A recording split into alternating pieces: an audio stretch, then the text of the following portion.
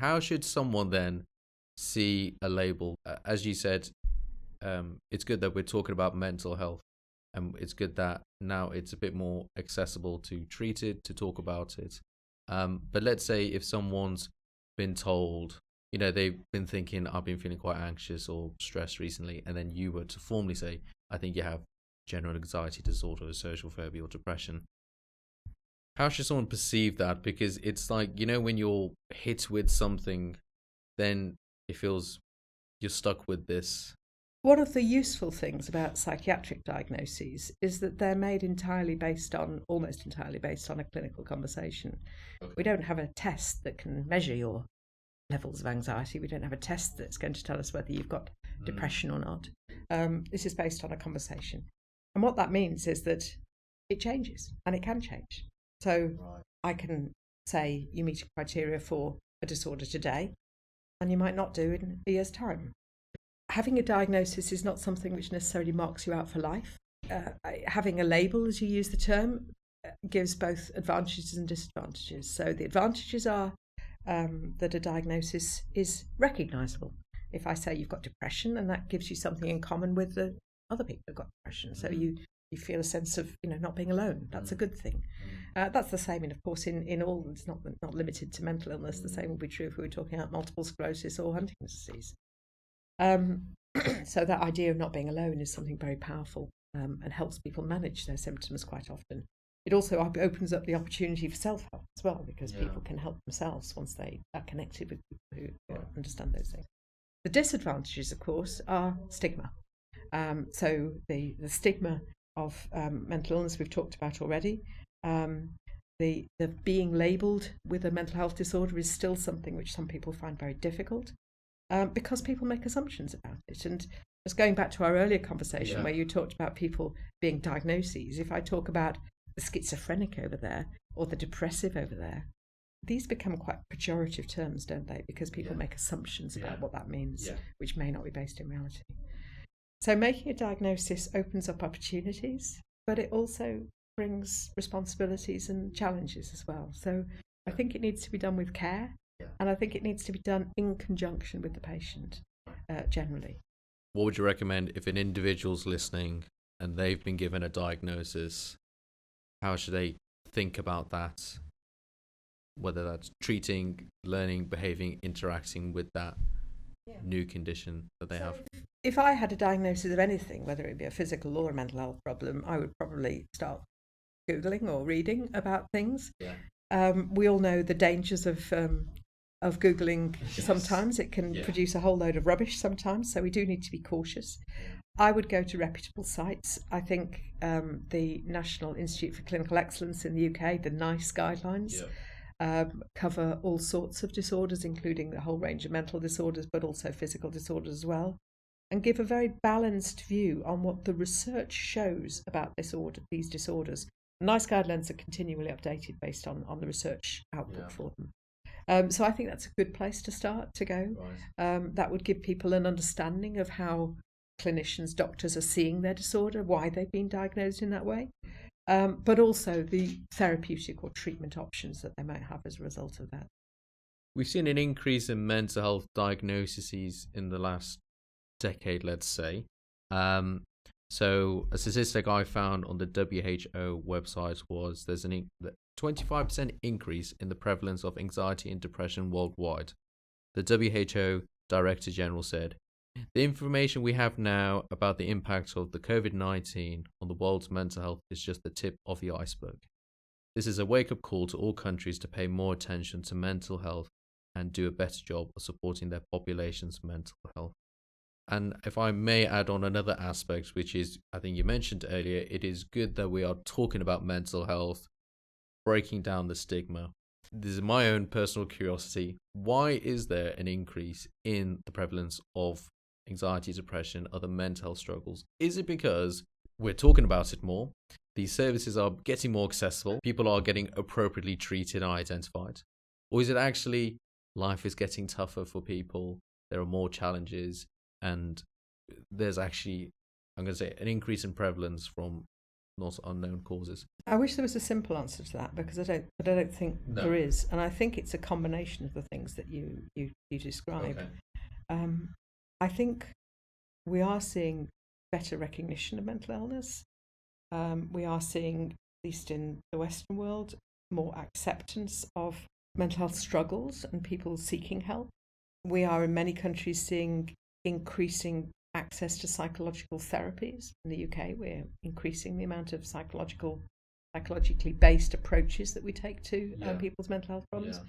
That may be happening in a therapeutic way, such as formal counselling or therapy, but it's also happening in a non-therapeutic way. I don't mean that it's not therapeutic, I mean it's not a clinical setting. Yeah. When we think about how we talk to children, for example, about dealing with stress, it may be preparing them and helping support them. Because you said these are normal things, to be anxious, to be low. But of course, if you've got a lot of normal anxiety, you're more likely to sort of tip over into having anxiety that causes a problem at some point. I think COVID has undoubtedly highlighted how important meaningful occupation, good quality communities and relationships, the social benefit that we get from work and study has been really highlighted by what's happened over the period of COVID, when many people haven't been able to access that. We think about education as being about academic excellence, but actually it's socialisation. It's developing social networks, social support mechanisms. It's growing up, isn't it? It's more than just the facts. Yeah. And yet, for many young people, that's not been available for a period of time over the last 5 years. Likewise, for older people, I've got another elderly relative who was not able to go out much during the COVID times for obvious reasons. And we didn't quite realise how important she lives on her own, how important the social connection was that she got from going shopping every day or walking to the post office or doing something else. These were absolutely crucial to her well-being.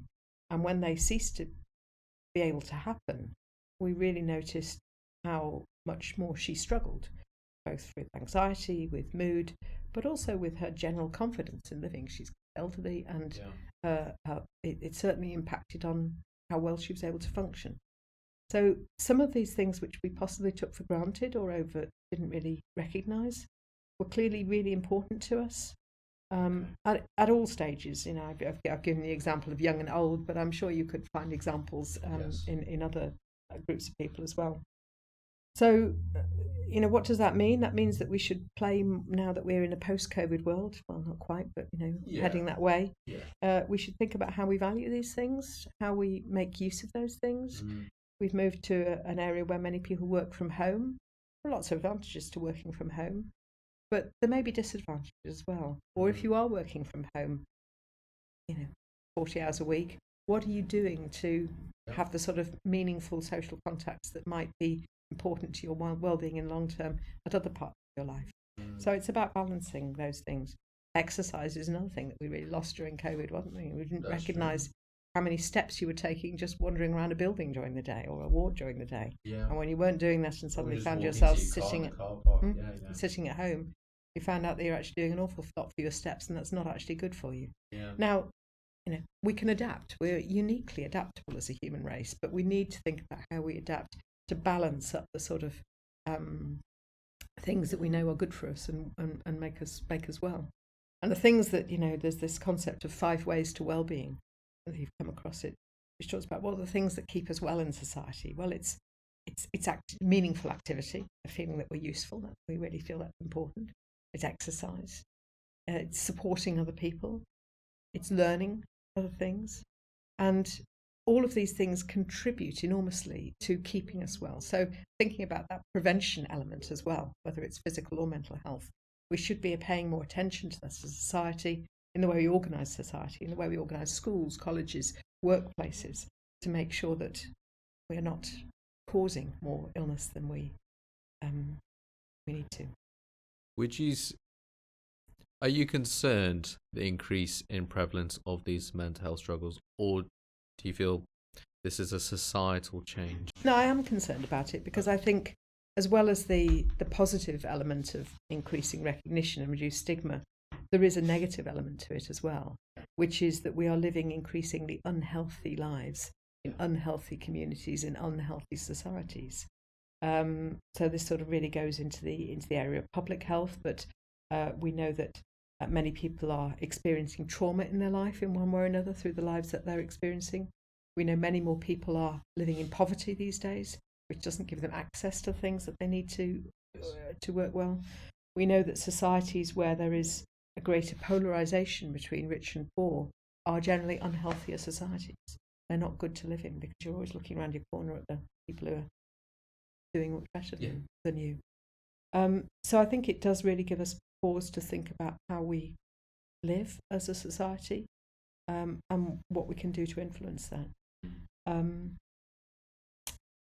Poverty I think is a major problem in this country, but I mean also globally, of course, because it reduces access to doing the things that would otherwise keep people well, whether that's eating fruit and vegetables or getting out into a green space to do some exercise.